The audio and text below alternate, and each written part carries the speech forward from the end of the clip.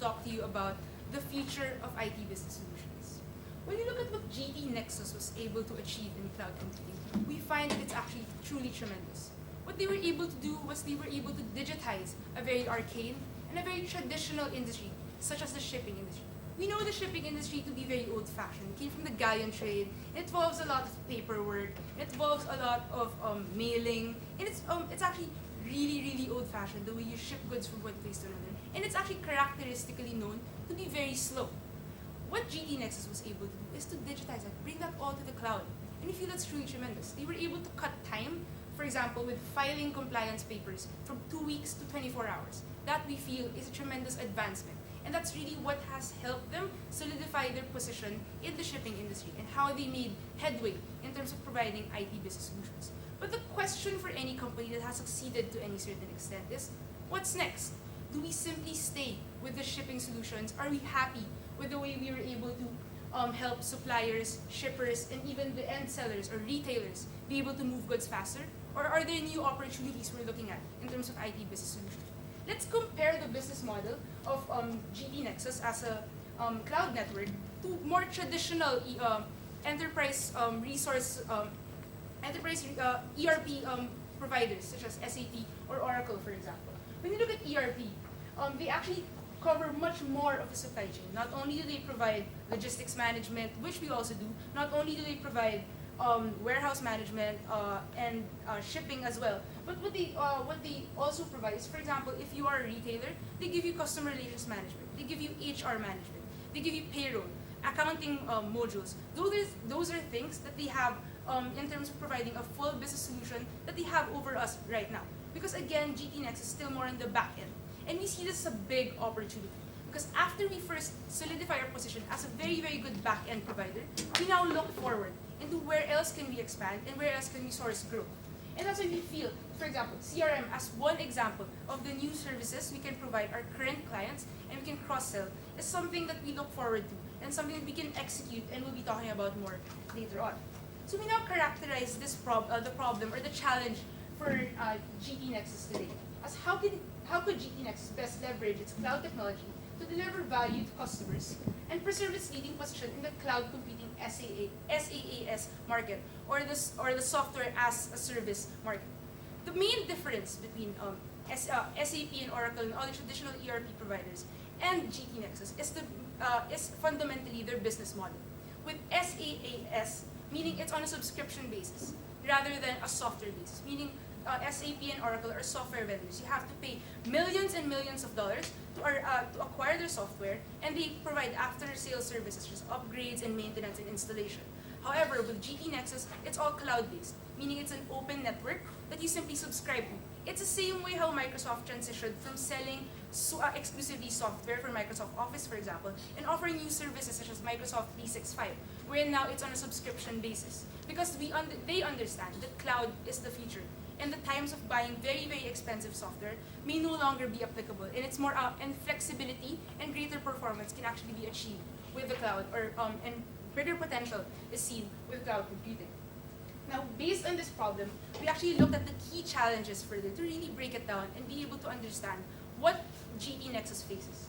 First, we look at competing with direct cloud competitors in global shipping, meaning Intra and CargoSmart. Again, this is all in the shipping industry alone. And Intra and CargoSmart are also cloud-based. And as you'll see later, we will differentiate the different services they provide and show how we can actually capture the market using the two key drivers of success, meaning customer acquisition rate and market share. And secondly, how do we compete in ERP? Basically in SAP and Oracle. The first question is, should we even try to compete in ERP? And should we decide to do so, how? How do we face these giants wherein as the two leaders, they're almost 5 times bigger than their next competitor? Us as ninth in the market, how do we now combat or how do we position ourselves against these giants? And with this, we were able to come up with our strategy of expand and engage. First, we want to expand in terms of expansion in the cloud computing and the shipping industry. We talk about new market disruption. It's all about gaining market share by growing the pie, because we see a lot of opportunities still left in that regard. And secondly, in terms of should we even compete in ERP and how do we expand our services better, we want to make sure we engage. And this is going to be about mid to low end disruption, meaning go where your biggest competitors are not and establish a solid position there, disrupt the market in such a way that they will not be able to catch up with the disruption you're causing. So basically giving them a headache because you're too fast, you're too nimble, you're too flexible, and they're still reluctant to adapt. So now we'll begin our analysis, and I'll turn you over to Margaret to really compare the differences within the shipping industry and who our competitors are in that small segment. Right. Thank you, Janine. So now we look at the cloud computing servers now for ERP in global shipping. So these are the direct competitors of GT Nexus. So the Cargo Smart and Intra are the direct competitors who actually also offer similar products, similar cloud services. And we see the different functions and the capabilities that they offer. And clearly what we're trying to say with this is clearly GT Nexus actually offers a more complete experience. They actually give more services. However, the question is, how come they don't have a much bigger market share compared to these two competitors who are not giving as much as GT Nexus is? So, the next slide. So really, the main issues here is how can we gain this market share? So there are actually two ways. So first, we see the first issue is, again, GT Nexus offers more, but how can you actually translate that to market share? Do we have to steal market share from our competitors? However, the other alternative, the other way to actually get market share is by growing the entire pie. It's growing the entire cloud services pie. Because we also see that an issue, aside from not having a great share, a big share in the cloud market pie, really the cloud market pie itself is small compared to the non-cloud users. A lot of users are still stuck with the traditional ERP systems, with Oracle or SAP. So now we need to be able to find a way to convert these non-cloud users to actually cloud users. And that's a way that we believe we can get market share. So why is this happening? So first, again, the reason why companies are, even though we offer more, they're not using our product is because there's stickiness. There's high switching cost. It may be a reason why people who are using Intra or Cargo Smart don't want to shift to GT Nexus because they're already comfortable there. It's difficult to switch to a different platform. And second, now for converting from non-cloud to cloud, the major pain really is security. They're afraid to actually upload all their sensitive information into the cloud network. That's why they prefer staying with the traditional, because they feel that their information is more safe here. Right. So our main insight actually here is that it's really not just about value added. Again, GT Nexus gives a lot of value, but they're not capturing enough market share. So what we see is that the total cloud pie really needs to grow, and this is our strategy. And we see that that is the biggest opportunity for GT Nexus, and we feel that the best thing that they can do right now is to actually go into new markets. So new market disruption, new market acquisition. So we look at, for example, how Apple was able to do it with iOS, how they were able to actually beat the long-standing successor in this iOS industry, which is Microsoft. They were able to beat them by actually serving a new pain. They were able to address the pain of consumers that Microsoft was too technical. Microsoft was just for work. Now we see that the Mac OS was actually able to serve, let's say, the younger customer base. They were able to make the platform more user-friendly, more applicable to them. So, for example, I love my new Mac right now. I used to be afraid to shift to Mac OS, but because this high shifting cost, I was so used to Microsoft. But when I shifted to Mac, I love it so much. It's really the best way for me because it's more appropriate for me. It serves all my pains about having such a technical platform. So this is our strategy for for competing in cloud. Now I'll now turn you over to Vito to discuss how we're going to compete in the ERP sector. Alright, so now let's talk about ERP. And so when we discuss ERP, we're really talking about systems that deal with the different parts of the value chain of the company that manage these different parts. So if we're talking about accounting, if we're talking about payroll, if we're talking about the entire supply chain of the company. So these are systems that manage that and control that and let the company actually see how the company is doing. And the question therefore is, first, should we go or should we venture into ERP? And we believe that yes, we should.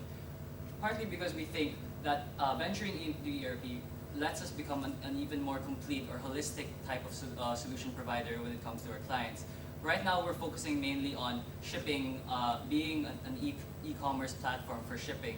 So we connect, shippers or carriers to the actual people who want to, vendors who want to ship their products. But we've also ventured a little bit into ERP in the sense that we have, inventory management modules and things like that. So we think that by actually consolidating that and venturing further into that, we can actually have certain synergies that apply there. But because, for example, for inventory management, because we already manage your inventory, therefore it only makes sense that we'll also be handling your shipping when it comes to handling which carriers you'll choose to ship your products and things like that. So we first have to analyze who are the main threats or who are the main competitors when it comes to going into or venturing into ERP. And we really boiled it down to SAP and Oracle. And as we mentioned earlier, these competitors were different from us in the sense that they offer you, the business model they work under is that they want to offer you the whole service, or they want to offer you all the modules that are available. So they'll offer you not just accounting, they'll not just offer you payroll, they'll offer you everything in one bundle and sell it to you as a single service. And the implication of that is that first, it's very expensive for smaller companies or small or medium enterprises to actually go or venture in or to use SAP or Oracle, because sometimes they don't even need the whole service or the whole range of services that these providers give. Sometimes they only need some certain modules that actually exist. So the insight here is that first, traditional ERP vendors are working under a very old model where they want to sell you the entire service and are not actually adapting to the new trend. And what is this new trend? The new trend of modularization.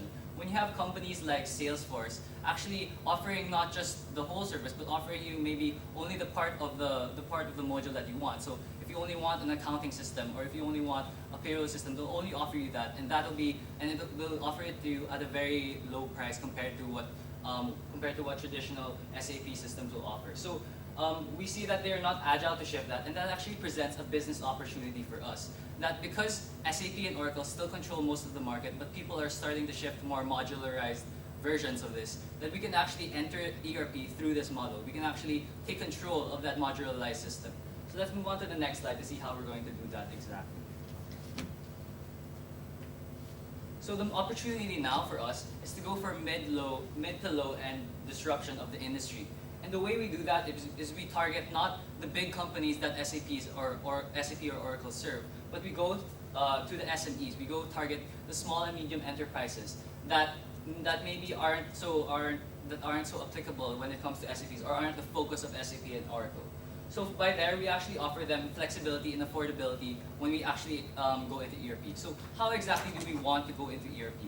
Because we said earlier that we have ventured somewhat into that when we have inventory management already in the system of GT Nexus. But we think that the next step really is to go into customer relations management. When we showed you the chart earlier of where we are, really we're only dealing with B2B facing companies. We're only dealing with shipping and inventory management from the suppliers of goods to actually the vendors. So in the case of maybe a pharmaceutical company, maybe we're transferring equipment or transferring medicine from the ones who create the medicine to the ones who sell the medicine to customers. But we also want to go to the front end of that chain. We want to be actually managing maybe the inventory of those who sell directly to customers. So that's something that we can go into by going into customer relations management, another side of ERP. But more than that, we want to expand through modularity as well. So the way that will work in our system is that maybe you have a base system or a base service where you offer them, shipping platform to actually connect them to carriers. But at the same time, you can actually offer them modularized services. So if you add on a certain price, then maybe we'll offer you also, ways to deal with your accounting, or ways to deal with, your customer service, things like that. So these are things that can be added slowly and only addressing certain customer pains that are specific to what customers need. So again, the way that we do this, and one way that we think we'll achieve this, is by having synergies and partnerships, or even acquisitions of existing modular models of ERP businesses that have already been successful in sort of attracting a lot of the customer base that traditionally were with SAP and Oracle. So things that companies like Zendesk and companies like Salesforce, these are companies that offer modularized services and are actually trying to steal market share from SAP and Oracle. So we can actually tap into these to actually create that synergy with our shipping arm of the company already. So earlier we discussed that, Margaret discussed earlier that we're looking for gaining market share through greater security answering consumer pains through greater security in our services. And now we're also saying that we can actually gain market share through entering ERP through this modularized system. So to talk about the implementation, I'll turn you over to Patrick. Thank you, Vito. I think what we've been trying to show you is that it's time to press the fast forward button in the industry, because clearly the future is cloud, and the way to do that is, first of all, is to expand our own market, the shipping industry, through new market disruption, and secondly, to engage the new consumer habits, what the businesses really want, through low-end disruption. And now I'm going to tell you how we can actually realize these strategies. So first of all, how do we expand to through new market disruption? So earlier Margaret talked about how security was the largest issues of these companies. And so we broke it down to two things. First of all, it's transactional. How do you pay? And the way to solve this is through this new technology called blockchain encryption. And the way that works is you can actually restrict the money that you give to people so that they could use it for certain things. So let's say you're a financer. You restrict the usage of the financing simply to inventory, and this can be achieved through blockchain encryption. And the second is through encryption. And how does that work? Let me give you an example. When you go to websites and when you make payments, the data that you give, the credit card data that you give to these websites, don't actually go to the websites themselves. They're encrypted, and so these websites can't actually look at your credit card numbers. Only the credit card companies can do so. And we want to have something similar for our company so that they won't be worried that the company will share the data to the different companies. And so in that way, we assure them and we make our operations so that it's more secure.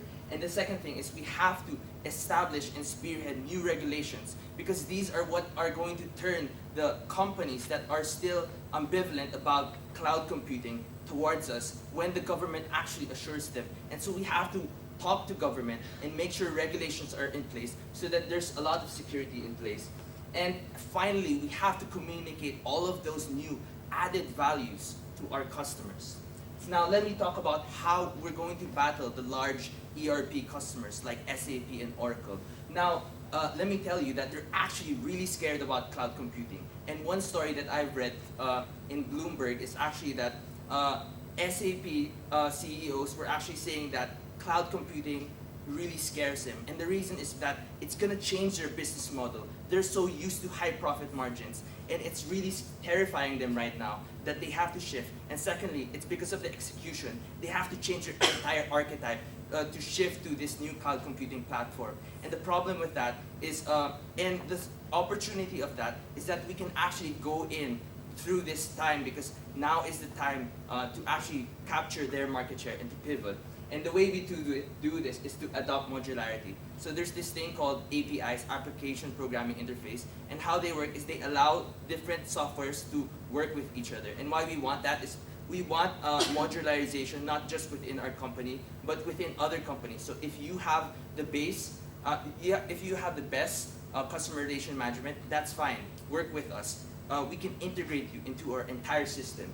And secondly, it's through possible partnerships and acquisitions of Zendesk, Salesforce, and Zenefits. And the reason why we want to do this is because it gives us access to new markets and new customers, like the small to medium enterprises that Vito talked about earlier. And finally, we want to do price bundling, because how do you integrate all of these together? So what we want is, we want you to buy Salesforce, and then we want to give you a reason to buy the next application we have, like shipping.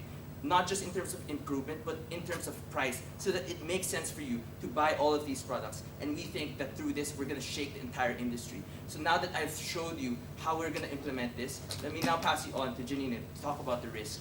Basically, we're still anticipating Oracle and SAP to come down to cloud, because as Patrick told you, it is the future and they will be there. But number one, they are actually really reluctant. They don't have the incentive to shift their expertise there. So here you can see our mitigation and contingency plans as to how you protect ourselves from that competition. at the end of the day, ladies and gentlemen, cloud is the future. And we have to take advantage of the fact that SAP and Oracle will be slow to adapt, and we have to undercut them and go directly to where they're not. Team, Hence, your time is up. new market disruption. Thank you. and low end disruption. Thank you, and Karen.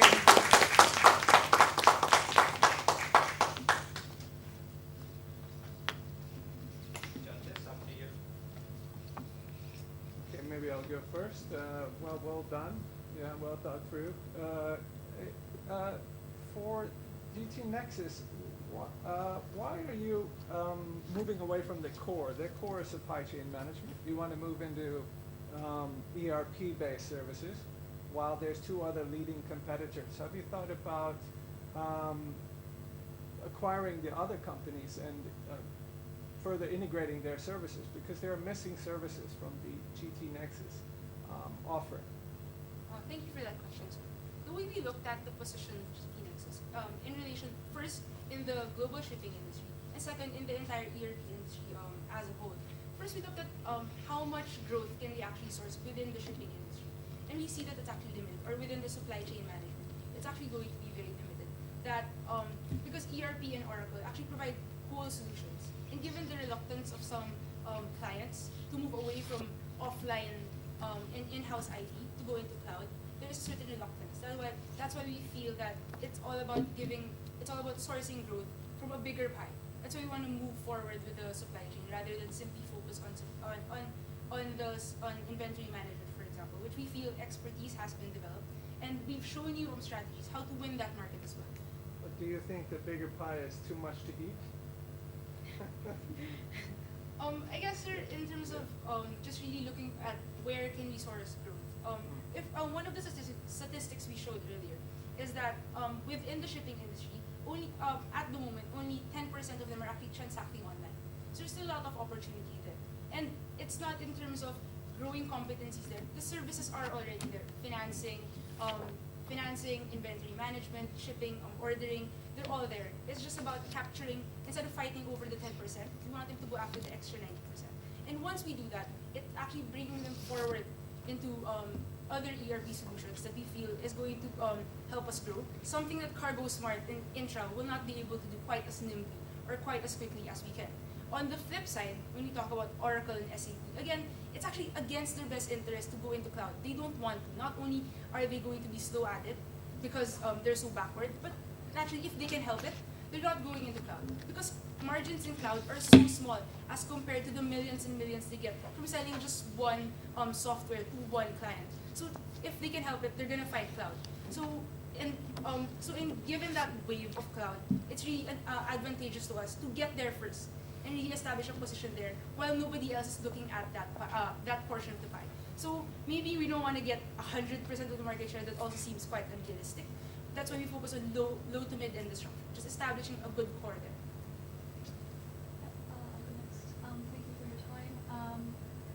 Is it correct to summarize that the expand and engage strategy essentially is a split strategy because you're trying to do two things at the same time? Now, you're competing against pretty strong players in both space, whether it's the ERP space or the existing logistics providers.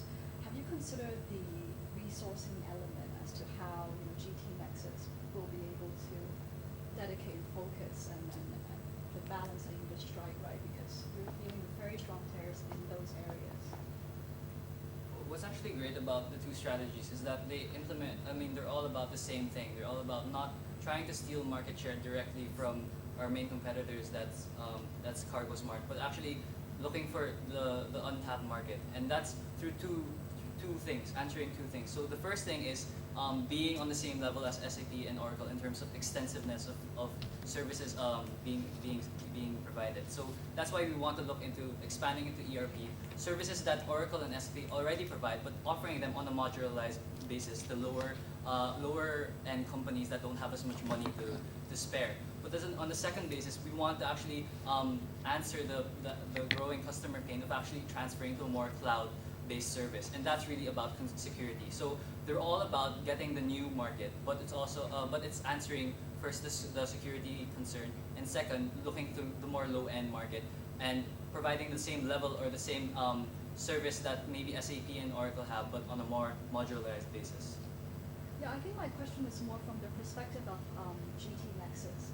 You know, when you're rolling out this new strategy for expansion and growth in the business, like how are you going to able to divide your resources, given that there will be limited time, money, you know, how will you look at that? So I don't think that was, you know, covered in depth in your presentation.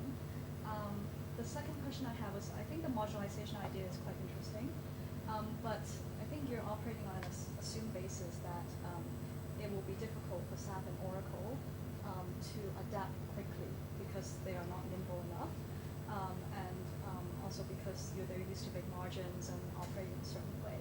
I don't know how much of that is, you know, actually going to be true, but also even if it's true and you can go into the market very quickly and, you know, capture that market share, have you considered you know, what are the barriers for them to catch up to you, because they already have the whole platform, right? So for them to split up to modularize it, you know, can they react very quickly too as soon as they start seeing how well you're doing? I guess, ma'am, to just finish off the first question, in terms of prioritization of where we're going to allocate resources, I think it's still going to be the most logical way to do it is still, number one, to build on competency. We agree that their core competency is still about supply chain management in the shipping industry. And yes, it's not perfect. So we feel that in terms of making sure that you win that market first, that's why it comes first in our implementation. We want to ensure our clients that security is there, and then we're the ones that are going to be able to provide cloud security. Because companies are very apprehensive when they don't physically have the data with them anymore. Because cloud requires you to upload data and freely give it to the system, and that's how it self-regulates, and that's how it improves itself further. So we feel about communicating that security aspect and as a USP, for example, for our company. So that is going to be a priority. However, we feel that the reason why that's the priority is because once you build that competency there, it's easier to cross-sell and move those clients further into the new expansion we're talking about, where we're going to compete in other ERP services with Oracle and SAP. The new services we're trying to add, for example, with an acquisition of or a partnership with Salesforce and Zenefits or Zendesk, is that it's going to be about providing them a complete solution. So who are the people you please on the back end? It's like you're most likely to bring them forward. So in terms of prioritization, it really has to go from core competency before expansion. So in terms of managing limited resources, that's how we envision it to go or to be rolled out by the company. And secondly, just to address the competition with SAP and Oracle, we understand that they are the biggest players and that they will want or they will have to adapt at some point. However, we stand firm on the fact that number one, it's really not in their best interest, and they're really going to be much slower. However, even assuming that they're not, that they will adapt, we feel that the advantage that we were able to establish in the cargo shipping industry solely before, in the past, becoming a sole vendor of exclusively with shipping, that is a competency that SAP and Oracle will not have. Because currently, look at the model of SAP and Oracle. They actually spread themselves really thinly. They actually go to accounting, they go to HR, they don't claim one expertise, which we have. And we will still cling on to that expertise in shipping. However, it's just all about value-added services and simplifying the process better. So we feel that that's a way we can position ourselves versus SAP and Oracle. Oh, did you want to say Oh, something? that's it. Okay. I just want to add to that. We don't think that SAP and Oracle are actually incompetent companies. We think that they're really the best in their industry. And the reason why we can compete with them is because they have a different customer segments. They're looking at big companies who can pay a lot of money. And the way to disrupt that is through looking at the smaller companies that can't actually afford to pay the bigger price.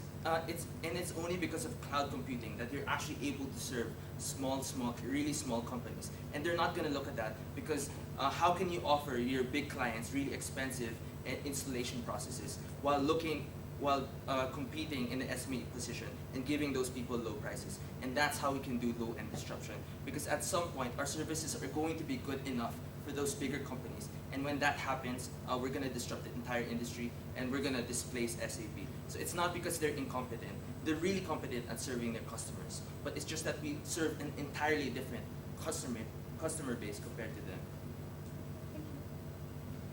Thank you very much for your presentation. It's very, very well done.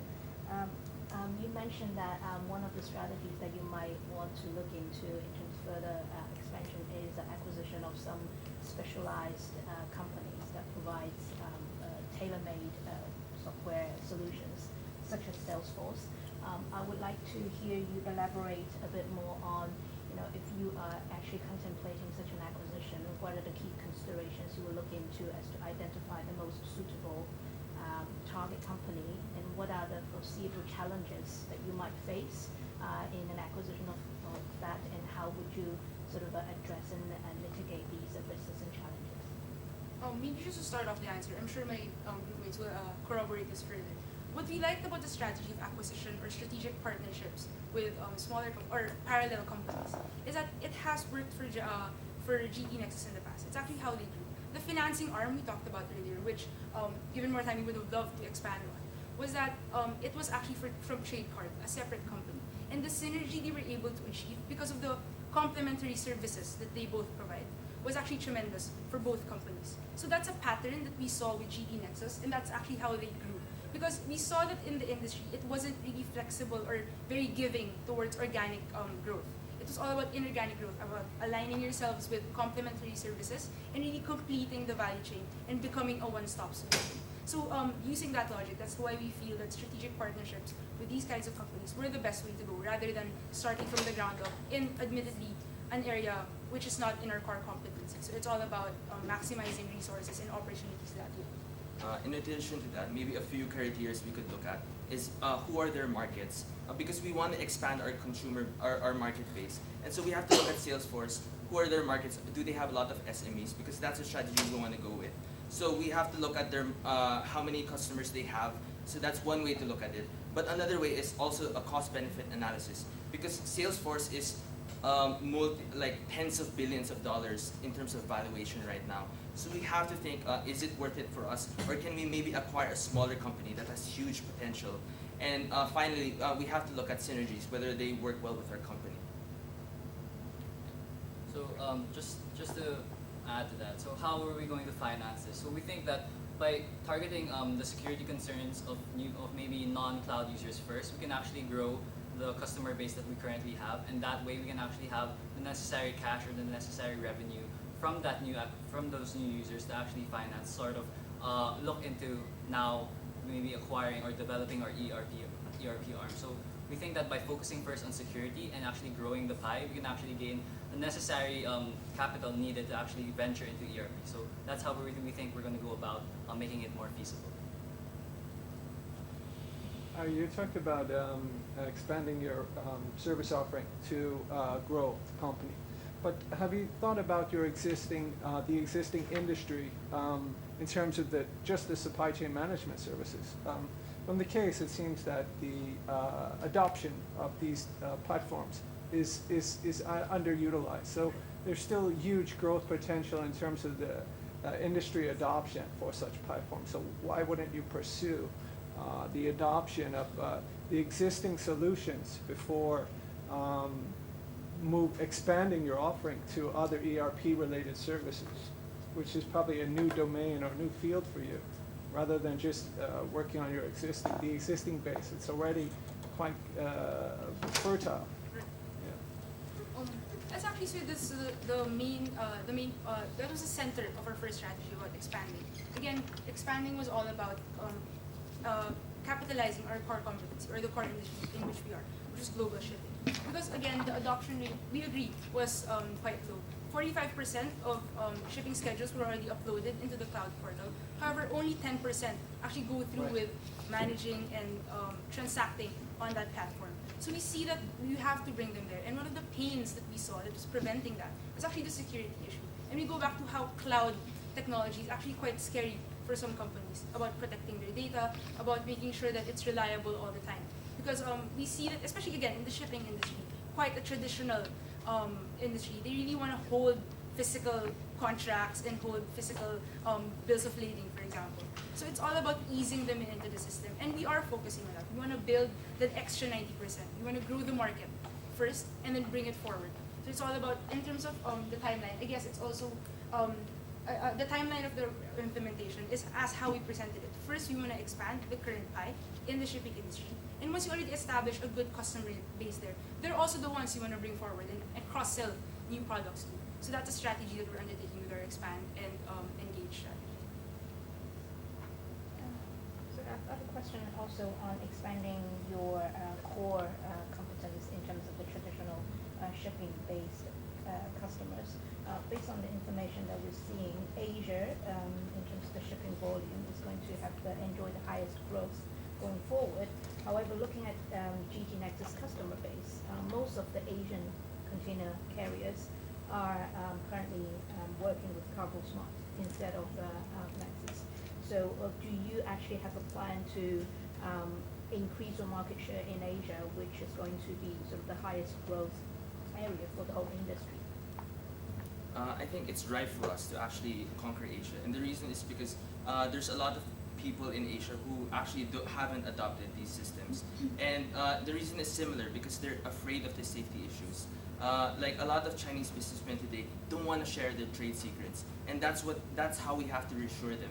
We have to make sure that their trade secrets don't spill over, and that's through increasing security. Right now, it's dominated by CargoSmart Asia, primarily because it's actually an Asian company that owns it, OOCL, that owns CargoSmart, and that's why they have that market. But we don't think we should compete with them directly, but look to the customers that they haven't served, customers who have no other choice but us, because we're the only ones providing security. And so in that way, we can actually start growing our Asian market. I'll just make an observation. I think towards the end of the presentation, you said something about price bundling. Oh yeah. I think just be very careful. As a lawyer, you need to be more aware of the regulatory framework on antitrust and competition law. So I'm not saying that's not a good thing. Maybe you can explain it a bit better, but just the title itself raises some alarm bells, especially when you're talking about businesses that are big, players with big market share. That's especially when you should be very sensitive to those issues. I guess what we meant about price bundling is really just about cross-selling the products. So it's all about if you already subscribe to one service, we can give it the next service cheaper. So it's actually we also want to avoid antitrust and consortium bidding, for example. So those are things we don't want, but it's just all about making it easier for our customers to buy into one product and really cross-sell it to the rest of the value chain for more profitability for the company. Okay. Judges, you're done with your question?